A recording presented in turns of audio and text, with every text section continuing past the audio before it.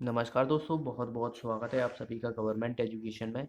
दोस्तों, इस वीडियो में हम सीपीसीटी के जो 7 अगस्त के सेकंड शिफ्ट के जो क्वेश्चन आए हुए हैं उसको हम देखने वाले हैं। यहाँ पर मैथ्स और रीजनिंग के, और फर्स्ट शिफ्ट के आपने नहीं देखे हैं तो यहाँ पर एक आई का बटन आ रहा होगा, उस पर क्लिक करके देख सकते हो, आपको वीडियो मिल जाएगा। तो चलिए हम स्टार्ट करते हैं, पहले क्वेश्चन की तरफ बढ़ते हैं। सिंप्लीफिकेशन से क्वेश्चन है, बोडोमॉस रूल हमें लगाना है इसमें। तो आसान है, देखिए सबसे पहले हम क्या करेंगे, इनको सॉल्व करेंगे। तो 15×3 = 45, 5 से लगा 4, और 15×2 = 30 यानी 34, यानी ये हो जाएगा 345। अब 345 में मैं 60 घटा देता हूँ, तो यहाँ पर देखिए कितना बचेगा, ये 5 आ जाएगा और यहाँ पर हो जाएगा 8, यानी 285। तो यहाँ से हमें इतना समझ में आ गया कि इसकी वैल्यू जो है वो 285 है। अब बाकी की आप देखोगे प्लस लगा हुआ है, और ये प्रश्नवाचक चिन्ह यानी हम इसे एक्स मान लेते हैं, और इसमें जो है वो भाग का निशान लगा हुआ है, तो अपॉन में 31 हो जाएगा। उसके बाद में बराबर 292 दिया हुआ है। तो मैं क्या करता हूँ, देखिए अगर आप इसको इधर मल्टीप्लाई करोगे तो ज़्यादा थोड़ा लेंदी हो जाएगा। तो सबसे पहले मैं क्या करूँगा, इसको इधर ले जाता हूँ और माइनस कर देता हूँ 292 में से। तो 285 में 285 को माइनस करूँगा यहाँ पर, तो देखिए 7 ही हो गया, और यहाँ से 0 और 0, तो यहाँ पर 7 आ गया। मतलब अब देखोगे यहाँ पर कि x/31 = 7 आ गया। तो x की वैल्यू यहाँ से कितनी आ जाएगी, 31 से मल्टीप्लाई करूँगा इसमें, तो ये हो जाएगा 7 × 7, 7 × 21, यानी 217। तो इसका आंसर आ जाएगा हमारा 217। अगला क्वेश्चन है यहाँ पर आयु से संबंधित है। क्वेश्चन में लिखा है कि पारुल और रोहित की वर्तमान आयु का अनुपात 7:5 है। आज से 5 वर्ष बाद उनकी आयु का योग जो हो जाता है वो कितना हो जाता है, 94। तो कितने वर्ष बाद रोहित की आयु पारुल की वर्तमान आयु के बराबर हो जाएगी। तो हमें बराबर निकालना है कि कितने वर्ष बाद जो है वो रोहित की आयु पारुल की वर्तमान आयु के बराबर होगी। तो सबसे पहले आपको पता है कि यहाँ पर जो है वो रेशियो दिया हुआ है। तो रेशियो में मैं क्या कर लेता हूँ, 7x और 5x ये जो है वो पारुल की और रोहित की जो है आयु मान लेता हूँ। आपको पता हो तो कभी भी कोई संख्या रेशियो में दी हो तो वो एग्जैक्ट वैल्यू नहीं होती है, उसका कुछ डिवीजन हो सकता है, मल्टीप्लिकेशन हो सकता है कि नहीं। तो यहाँ पर मैंने x से दोनों में मल्टीप्लाई कर दिया। तो ये अब आप देखोगे इन दोनों का योग जो दिया हुआ है वो 94 दिया हुआ है, पर याद रखना है वो 5 वर्ष बाद दिया हुआ है। तो 7x + 5 + 5x + 5 बराबर 94। अब मैंने 5 5 क्यों ऐड किया है, अगर मैं 1 5 ऐड करता तो केवल जो है वो पारुल की आयु होती, तो मुझे दोनों में जो है वो 5 5 ऐड करने पड़े, क्योंकि 5 5 का डिफरेंस जो है वो अगर देखा जाए तो सब में चलेगा, है कि नहीं। तो दोनों की जो है मुझे 5 5 वर्ष बढ़ानी पड़ेगी। तो यहाँ से देखिए ये हो जाएगा 10, 10 को मैं इधर ले जाऊँगा तो ये माइनस हो जाएगा, यानी 84। तो ये हो गया, और 7 और 5 12, ये हो गया। तो 12x = 84, और x यहाँ से कितना हो जाएगा, 12×5 = 12, 12×6 = 72, 12×7 = 84, यानी x की वैल्यू हमारी आ गई 7। अब मैं यहाँ से एग्जैक्ट वैल्यू निकाल सकती हूँ। देखिए पारुल की जो आयु निकली थी वो 7x थी, और रोहित की जो थी वो 5x थी। तो यहाँ से मैं 7 से इसमें मल्टीप्लाई करूँगा तो ये 49 हो रहा है, और इसमें मल्टीप्लाई करूँगा तो ये हो जाएगा 35। अब मुझे देखिए ये पारुल की है, ये रोहित की है, तो यहाँ पर हमें रोहित की आयु में कितना ऐड करूँ कि उसकी आयु जो है वो 49 के बराबर हो जाए। तो कितना ऐड करना पड़ेगा मुझे, इसमें 14 ऐड करना पड़ेगा। 14 ऐड कर दूंगा तो मुझे 49 मिल जाएगा। तो बस यही हमारा आंसर आ जाएगा, यानी 14 वर्ष जो है मुझे इसमें ऐड करना पड़ेगा, तब जो है वो रोहित की आयु पारुल की वर्तमान आयु के बराबर हो जाएगी। ये वर्तमान आयु है पारुल की। ओके, आई होप समझ में आ गया होगा। अगले क्वेश्चन की तरफ बढ़ते हैं। देखिए ये वाला क्वेश्चन है, इस क्वेश्चन में बहुत आसान सी ट्रिक होती है एक, और अगर आपने नहीं देखा तो वो भी आपको वीडियो यहीं पे मिल जाएगा। आई का बटन करोगे, क्लिक करोगे तो वहाँ पर वीडियो मिल जाएगा। क्वाड्रेटिक इक्वेशन से संबंधित होता है, या इनइक्वलिटी कहा जाता है इसको, और ये बैंक के एग्जाम में हमेशा पूछती है। बैंक के एग्जाम में जो है वो 5 क्वेश्चन दरअसल जो है इससे पूछे जाते हैं।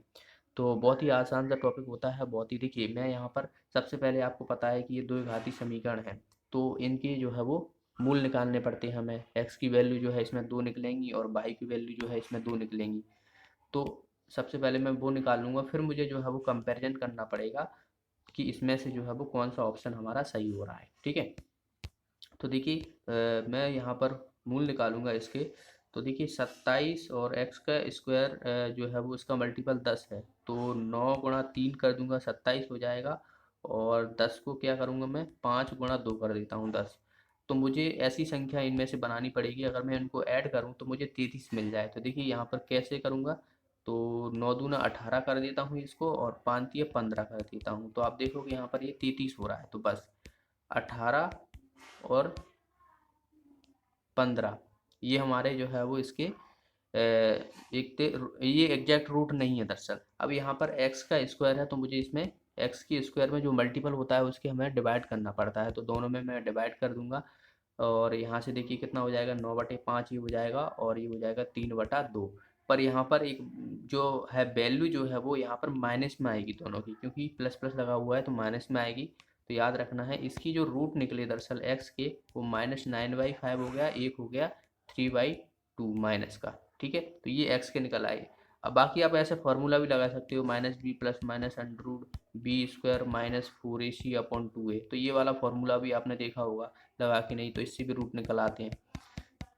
तो मैं यहाँ पर डायरेक्ट कर रहा हूँ। ओके, अब इसी तरीके से मैं बाई के निकाल दूंगा। तो देखिए 18 है तो 9 गुणा 2 कर दूंगा, और कितना है 5 जो है वो बाई का स्क्वायर, बाई स्क्वायर का मल्टीपल है, तो 5 ही हो जाएगा। तो मैं यहाँ पर 19 मुझे लाना है, तो 5 दूना 10, तो ये हो जाएगा, प्लस 9 करूँगा तो 19 हो जाएगा, यानी 9 और 10। तो ये हमारा क्या हो गया, इसका एग्जैक्ट रूट अभी नहीं आया है, क्योंकि हमें जो है वो 5 का डिविजन करना पड़ेगा, क्योंकि बाई के स्क्वायर में जो मल्टीपल होता है उसका स्क्वायर करना है। तो ये कितना हो जाएगा हमारा, 10 तो ये था, और ये कितना था 9, तो मैं 5 का यहाँ पर डिवाइड करूँगा। तो यहाँ से देखिए ये भी माइनस में वैल्यू आएगी, क्योंकि दोनों ही जो है वो यहाँ पर प्लस प्लस निशान लगा हुआ है। तो यहाँ से देखिए ये माइनस का 2 हो जाएगा, ये माइनस का 9/5 है। अब हम इसको कंपेरिजन कर लेंगे। देखिए बाई की हमारी वैल्यू आएगी -9/5 और माइनस का 2। तो अब देखिए यहाँ पर भी माइनस का 9/5 है, यहाँ पर भी माइनस का 9/5 है, यानी x बराबर बाई, तो ये हो गया। अब इसका हम कंपैरिजन करेंगे। देखिए माइनस का 3/2 ये है, और माइनस का 2 ये है। तो इसमें से बड़ी संख्या कौन सी होती है, बड़ी संख्या वो होती है जो माइनस में सबसे छोटी होती है। यानी अगर मैं कहूँ कि -1 और -2 में से छोटी संख्या कौन सी होगी, तो जाहिर सी बात है ये वाली छोटी संख्या होगी -2, और ये वाली ज़्यादा बड़ी होगी, क्योंकि माइनस में जो है उल्टा चलता है एक तरीके से। जैसे आप प्लस में देखोगे 1 2 3 ऐसा कुछ होता है, तो 3 बड़ी होगी, लेकिन माइनस में उल्टा चलता है, क्योंकि ये वाली जो है वो बड़ी संख्या होती है। तो यहाँ पर देखोगे ये वाली जो है वो बड़ी संख्या है, और -2 ये वाली जो है वो छोटी संख्या है। तो यहाँ पर हमें समझ में आया कि x बड़ा है 22 से। तो हमारी दो कंडीशन बन गई, x बराबर 22 और x बड़ा है 22 से। ठीक है, तो अब मैं इसको कैसे लिख सकता हूँ, देखिए x बड़ा है और बराबर है 22 की, इस तरीके से मैं लिख सकता हूँ। तो हमारा आंसर क्या हो जाएगा, इसमें से डी ऑप्शन जो है इसका आंसर हो जाएगा। ओके, चलिए अगला क्वेश्चन देखते हैं। नेक्स्ट है यहाँ पर, एक शांत जल में नाव की गति धारा की गति से 5 गुना अधिक है। बिंदु ए से बिंदु बी तक धारा की दिशा में नाव द्वारा जाने में 1.1 घंटा यानी 1.1 घंटे लगते हैं, और उनके बीच की जो दूरी है दरअसल वो दी है 13.2 किलोमीटर। तो हमें यहाँ पर कहा गया है कि धारा की विपरीत दिशा में नाव 312 मिनट में कितनी दूरी तय कर लेगी, वो भी हमें किलोमीटर में निकालना है। ठीक है, तो देखिए अगर मैं स्ट्रीम यानी धारा की गति मान लेता हूँ कि x है, तो मुझे बोट की गति यहाँ पर कितनी मानने वालेगी 5x, क्योंकि हमें कहा गया है कि 5 गुना अधिक है। ठीक है, तो 5x मान ली। अब आगे देखिए यहाँ पर क्या दिया हुआ है, उनके बीच की दूरी जो दी हुई है वो दी हुई है हमें इतनी, और ये धारा की दिशा में चल रही है। तो धारा की दिशा में आपको पता है कि बोट और स्ट्रीम की दोनों की जो है वो गति जुड़ जाती है। और यहाँ पर देखोगे हमें स्पीड, देखिए डिस्टेंट ये दी हुई है, और नीचे टाइम हमसे मल्टीप्लाई करेंगे तो यहाँ पर मुझे स्पीड मिल जाएगी दोनों की साथ में। तो यहाँ से कितनी हो जाएगी, 11 11 दूना 22, यानी 12 मिल गई मुझे। 12 जो है वो बोट और धारा, यानी बोट नाव और धारा की जो है वो दोनों की साथ में स्पीड मिल गई मुझे। तो अब मैं क्या करूँगा यहाँ से, अब देखिए अब आपको पता है कि स्ट्रीम और बोट की धारा यहाँ पर पता है, तो यहाँ पर मैं रख सकता हूँ x प्लस 5x, ये यहाँ पर 5x प्लस x बराबर किसके कर दूंगा, 12 के कर दूंगा। तो ये कितना हो जाएगा यहाँ पर 6x इजिकल टू 12, तो x इजिकल टू कितना आ जाएगा, 2 आ जाएगा।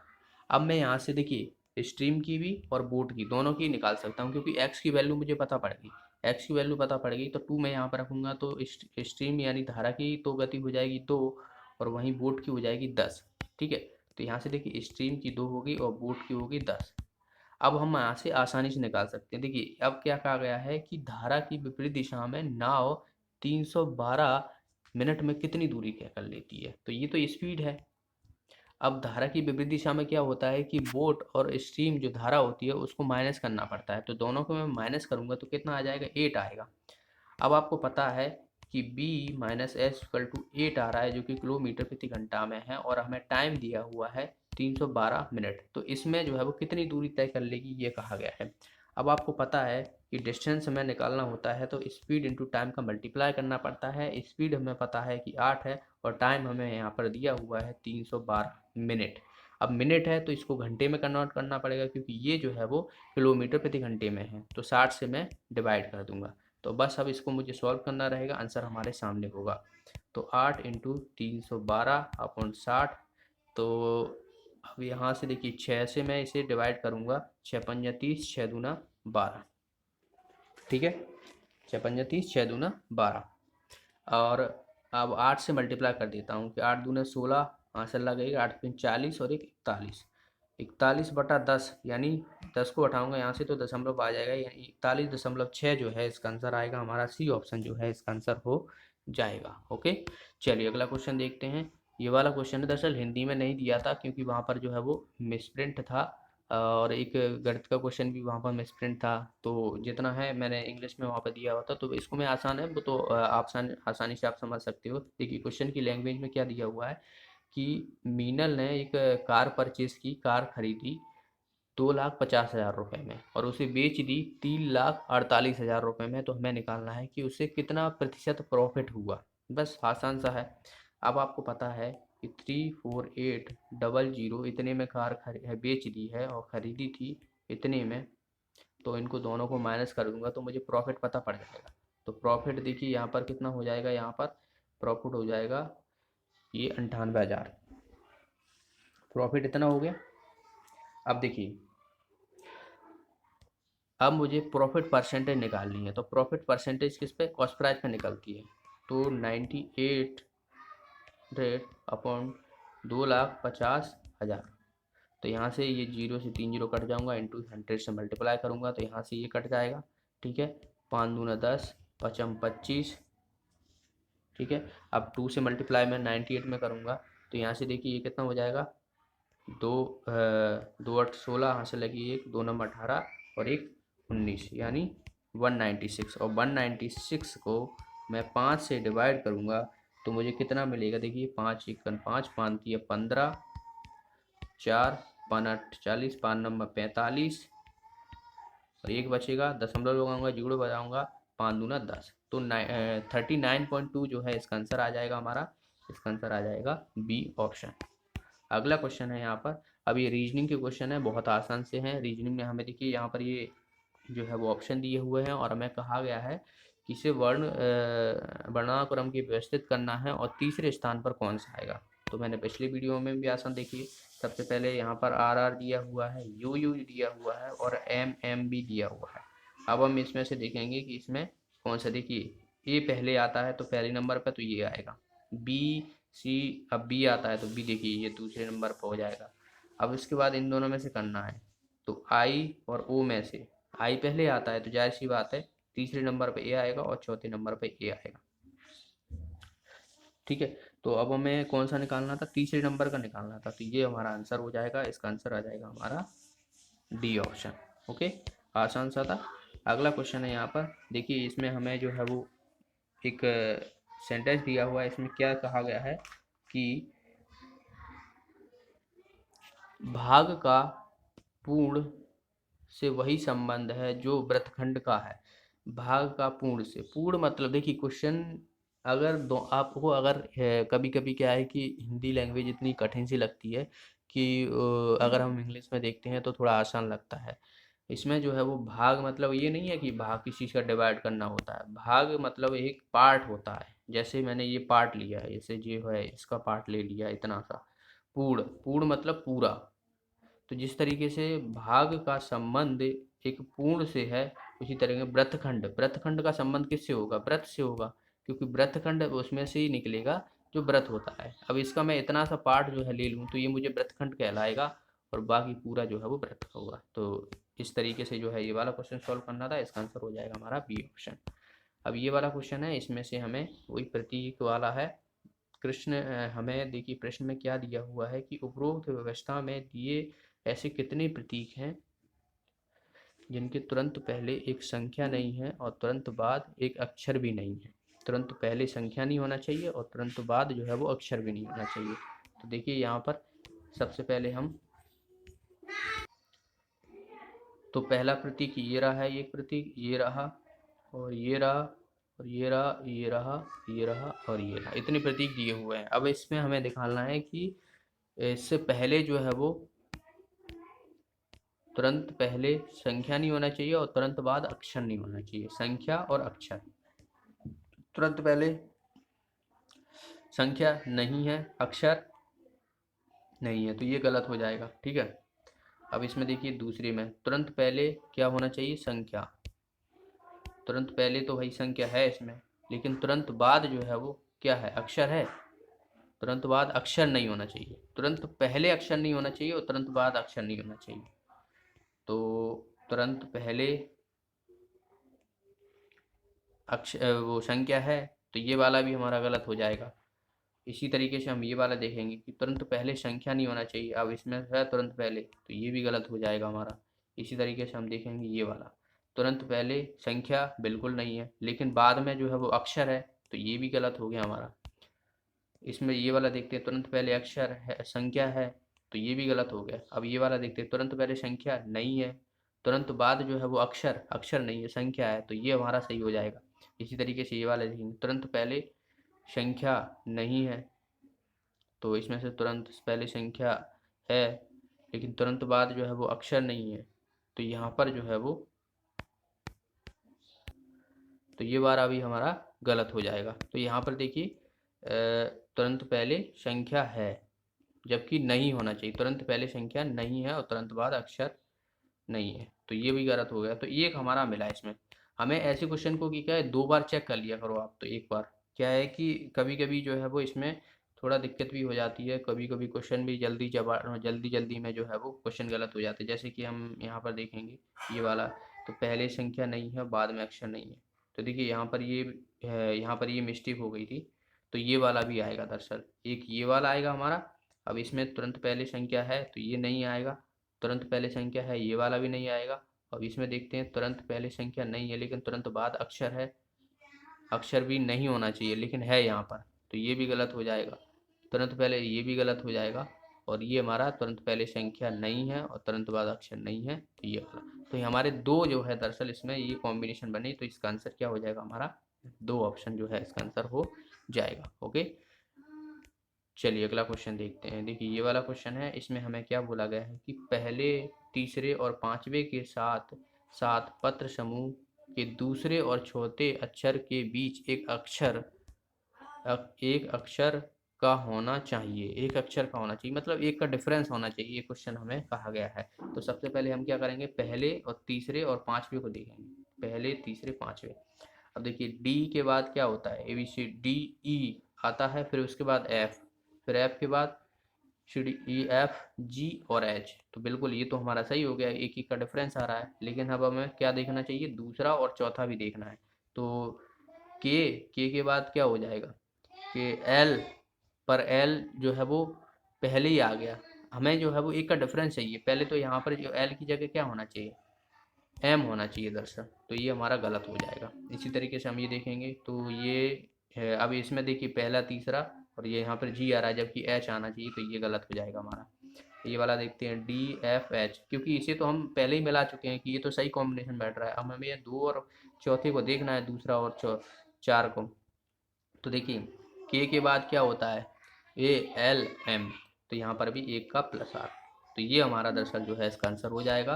क्योंकि हमें यहाँ पर कहा गया था कि अक्षर के बीच एक अक्षर का होना चाहिए, तो इसका आंसर हो जाएगा हमारा सी ऑप्शन। ओके, तो अगले क्वेश्चन की तरफ बढ़ते हैं। ये वाला क्वेश्चन है, अच्छा क्वेश्चन है, क्वेश्चन को थोड़ा ध्यान से समझिएगा। ठीक है, देखिए एक शहर में टैक्सी शुल्क तय की गई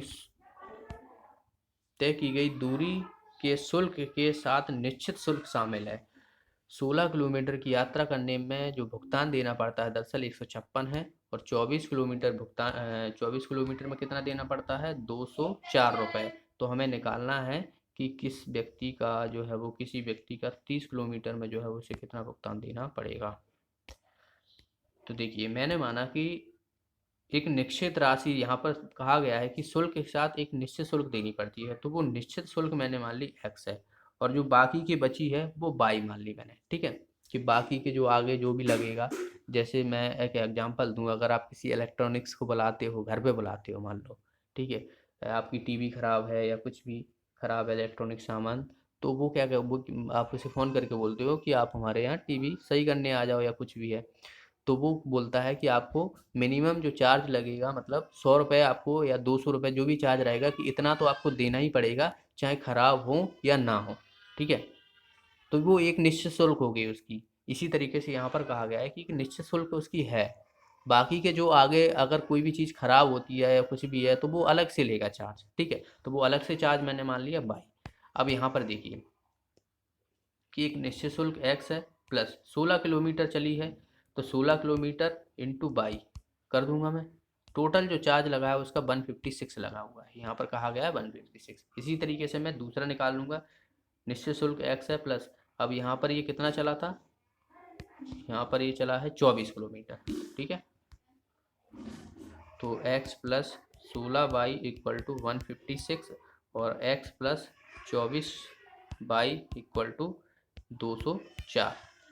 अब मैं दो इक्वेशन बन गए, मैं यहाँ पर वैल्यू निकाल सकता हूँ x और y की, तो यहाँ से माइनस माइनस माइनस कर दूंगा, तो यहाँ पर ये कितना हो जाएगा 8y, वो भी माइनस का होगा, और यहाँ पर देखिए कितना हो जाएगा, ये यहाँ पर ये हो जाएगा अगर मैं 204 में से 156 घटा देता हूँ, ठीक है, तो ये हो जाएगा 8, और यहाँ पर ये बचेगा हमारा 9, तो ये 4 आ जाएगा, ये भी माइनस का होगा तो माइनस माइनस कट जाएगा, तो वहाँ से बाई की वैल्यू हमें आ गई 8 6 48, यानी 6 आ गई हमारी बाई की वैल्यू।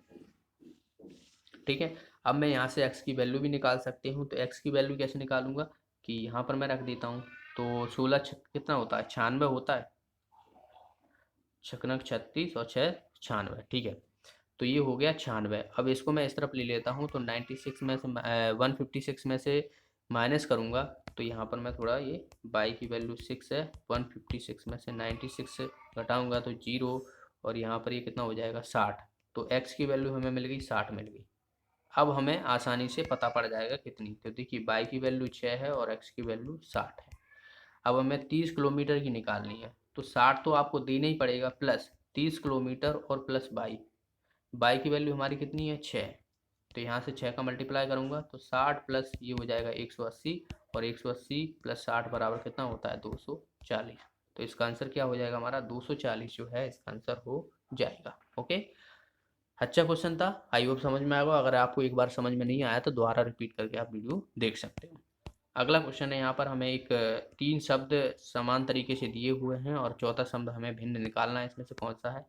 तो देखिए ये हिंदी में इंग्लिश में है, तो म्याऊं, गर्जना, रोर, भौंकना और चिल्लाना। तो देखिए म्याऊं बिल्ली द्वारा है, गर्जना मतलब रोर जो है वो किसके द्वारा, शेर के द्वारा की जाती है, भौंकना कुत्ते के द्वारा की जाती है, और चिल्लाना किसके द्वारा, आदमी के द्वारा। तो ये तो सभी तीनों जानवर हैं, बाकी आदमी जानवर नहीं है, तो बस यही हमारा आंसर हो जाएगा। इसका आंसर हो जाएगा हमारा डी ऑप्शन। ओके, तो ये थे आज के क्वेश्चन। वीडियो आपको कैसा लगा कमेंट बॉक्स में जरूर बताना। मिलते हैं अगले वीडियो में, वीडियो को लाइक और शेयर करना। तब तक के लिए बहुत बहुत धन्यवाद।